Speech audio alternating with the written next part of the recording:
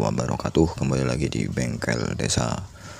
Kali ini kita akan membahas tentang motor dua langkah ya, motor dua langkah atau motor dua tak. Bahasa umumnya adalah motor dua tak ya.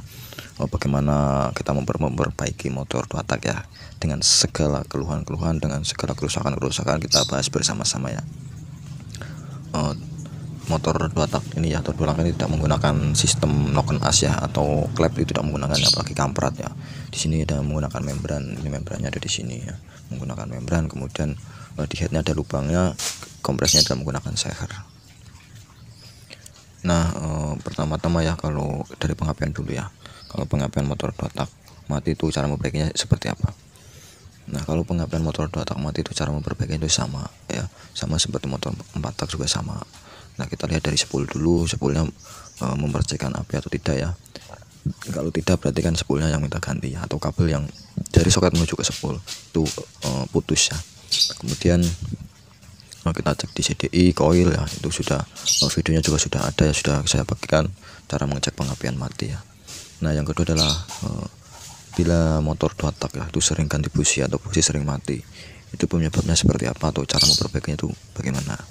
Nah, kalau motor dua tak seperti Alfa ini ya, Alfa atau motor dua tak yang lain, itu ada ya banyak faktor ya. Kita cek dulu di karburator normal atau tidak ya, ada kebanjiran di karburator atau tidak. Nah, kemudian kemungkinan yang selanjutnya adalah keporosan oli samping ya. Keporosan oli samping juga menyebabkan busi kita sering mati. Nah, cara menyetel oli samping itu sudah di video sebelumnya sudah saya bagikan ya, itu di sini ya. Kalau mau mengingatkan berarti kita menuju ke sini, ini buat ini ya. Kalau mau memboroskan, kita ini ajukan ya, itu cara mengiritkan dan memboroskan oli samping. Nah, kemudian oli samping sudah kita iritkan tapi busi juga sering mati ya, masih sering mati ya. Cara selanjutnya adalah kita disil ya, disil kerkas ya. Kita cek sil kerkasnya, di sini ada silnya. Ini sil kerkas bagian kanan ya, sil kerkas yang di bagian pak kopling ini di sini. Ciri-cirinya seperti apa ya? Ciri-cirinya yang pertama adalah yaitu busi sering mati. Nah, yang kedua itu sering berbet ya, berbetnya karena oli mesin itu masuk ke busi ya, masuk di ruang bakar jadi berbet. Nah, kemudian busi mati. Nah, kita ganti busi, tidak lama kita nanti seperti itu dan mati lagi ya. Nah, terus cirinya selanjutnya adalah kita cek dari bagian knalpot ya. Kita masukin knalpot pakai tangan, terus kita colek knalpot kita. Kita kalau hitam pekat ya, hitam pekat berarti adalah oli mesin ya. Berarti oli mesin itu akan berkurang di sini ya, karena kebuang melalui sistem pembakaran tersebut ya. Nah, cara memperbaikinya seperti apa?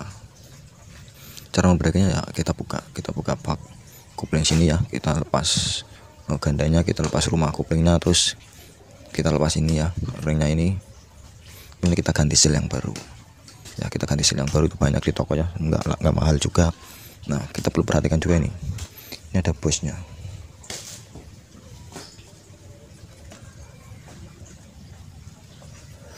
Nah, ini juga kita harus perhatikan.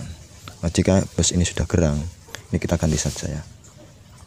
Ini belum gerang ya, kalau si bus atau bus ini sudah gerang lebih baik kita ganti.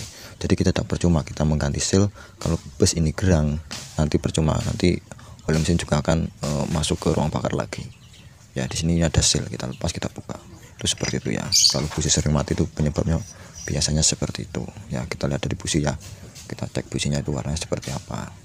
Nah, kemudian kalau kasar ya, mesin dua tak mesin dua tak kasar ya. Nah, penyebabnya itu biasanya ketelatan oli samping ya, jadi menyebabkan di ruang pembakaran tidak ada pelumasan ya. Jadi kering, antara biasanya setang seher kena ya, seher pun piston ikut kena, dan lahar ya, lahar atau bearing di kerkas kanan kirinya pun ikut kena. Jadi itu salah satu penyebabnya ya, penyebab mesin jadi kasar ya. Kita juga perlu mengetahui itu kasarnya seperti apa ya. Tapi bila ketelatan oli samping biasanya terjadi gancet ya. Jadi karena kekeringan di ruang bakar tidak ada pelumasan ya, bisa seher gancet, setang seher gancet, dan bearingnya pun ikut kasar ya. Tidak gancet pun bearingnya kasar ya. Nah, cara memperbaikinya kita belah mesinnya. Kita ganti setang seher, kita ganti seher ya, di coulter. Nah, kemudian kita ganti bearing juga, kita pasang lagi. Nah, suara kasar itu banyak jenisnya ya, dari mana. Kalau dari rumah kopling berarti ya bisa terjadi di karet rongselnya ya, karet rongselnya sudah oblak, itu juga menyebabkan kasar juga ya, tak karet rongsel. Nah, cara memperbaikinya seperti ini. Ini adalah rumah kopling ya. Nah, karet rongsel itu ada di dalam sini, karet rongselnya di dalam sini. Cara mengganti karet rongsel ini kita gerinda ya, ini ada kelingan ya, atau penguncinya ya, ini kita gerinda, kita buka, kita ganti yang baru ya, dan kita keling lagi seperti ini. Nah, nanti kita ini kencang, ini masih baru jadi kencang. Nah, kalau terjadi oblak di sini berarti karet rongsel dan kita ganti ya, kita ganti. Itu adalah macam-macam suara kasar yang masih banyak lagi ya, penyebab suara kasar atau cara memperbaikinya itu seperti apa. Nah, kemudian karbu tidak langsam ya, karbu tidak langsam atau susah hidup ya, itu biasanya terjadi tidak hanya di karbu ya. Kalau karbu tidak langsam kita tinggal ngecek karburatornya ya. Nah, kalau susah hidup ini, kalau motor 2 tak susah hidup ini biasanya terjadi di membran ya, ini membrannya ini. Nah, biasanya membrannya sudah tidak menutup rapat ya, ini ada 3 membrannya. Ini biasanya kalau tidak menutup rapat juga susah untuk hidup pun tidak mau langsam ya, atau harus di RPM besar ya. Tapi tidak dari sini saja ya, kalau susah hidup ya, bahkan kalau tidak, kita sudah ganti seher, karburator baru ya, seher baru, ininya pun sudah kita perbaiki tapi susah lagi untuk hidup, berarti ada di seal magnet ya, di seal magnet di bagian kiri ya. Kalau di motor itu di bagian kiri itu sealnya berarti ada kebocoran, apalagi sampai lepas sealnya itu tidak mungkin mau hidup ya. Kita harus ganti sealnya ya, sealnya adalah seperti ini.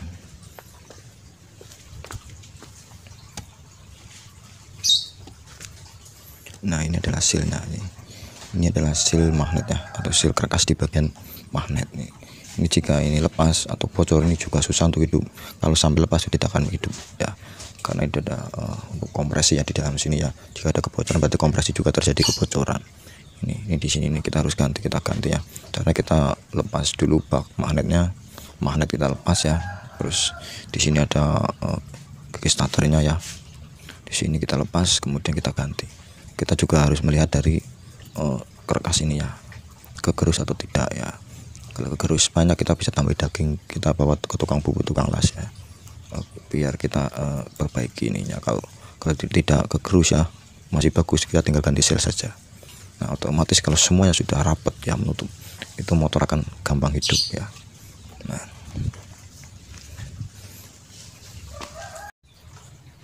Nah itu ya teman-teman ya, kalau motor susah hidup ya, kalau ketika karbu masih normal, membran masih normal ya, seher juga masih bagus itu, tapi masih susah hidup ya, berarti ada di seal magnetnya ya terjadi kebocoran ya. Itu seperti teman-teman ya. Sebenarnya masih banyak lagi yang lainnya ya, kendala-kendala motor 2 tak dan cara memperbaikinya, tapi kita sambung lagi besok ya. Ketika ada kerusakan saya pasti videokan lagi. Semoga bermanfaat. Wassalamualaikum warahmatullahi wabarakatuh.